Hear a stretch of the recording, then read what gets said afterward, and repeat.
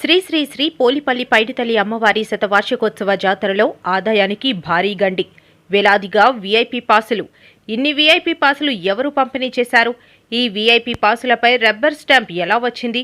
Rubber stamp ఎవరైనా దొంగలించారా లేక తయారు చేయించి వేశారా? వీఐపీ పాసుల్లో ఈవో మరియు ఆలయ అధికారుల పాత్ర ఎంత?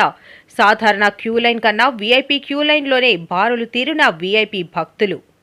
సాధారణంగా ఆలయాలలో పర్వదినాలు, జాతర సందర్భాల్లో వీఐపీలు ఎక్కడైనా పదుల సంఖ్యలో దాటి ఉండరు. కానీ దీనికి భిన్నంగా ఉమ్మడి శ్రీకాకుళం జిల్లా రాజాం అమ్మవారి జాతరలో 3 రోజుల పాటు వేలాదిగా వీఐపీ భక్తులు క్యూ లైన్లో బారులు తీరారు.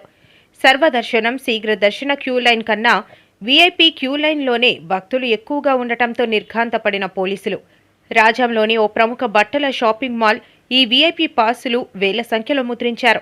వారికి అనుమతించింది ఎవరు? ఆ పాసులపై స్టాంప్ ఎలా వచ్చింది అనేది ప్రశ్నార్థకంగా మారింది. ఈ వీఐపీ పాసులు ఎక్కువగా స్థానిక టీడీపీ కార్యాలయంలో పంపిణీ చేసినట్లు స్థానికంగా చర్చించుకుంటున్నారు. ఏమైనప్పటికీ ఆలయ ఆదాయానికి భారీ గండి పడిందనే చెప్పాలి. ఆలయ ఉన్నతాధికారులు వీఐపీ పాసులపై లోతైన దర్యాప్తు జరిపించి ఆలయ ఆదాయానికి గండి కొట్టిన వారిని శిక్షించాలని భక్తులు కోరుతున్నారు.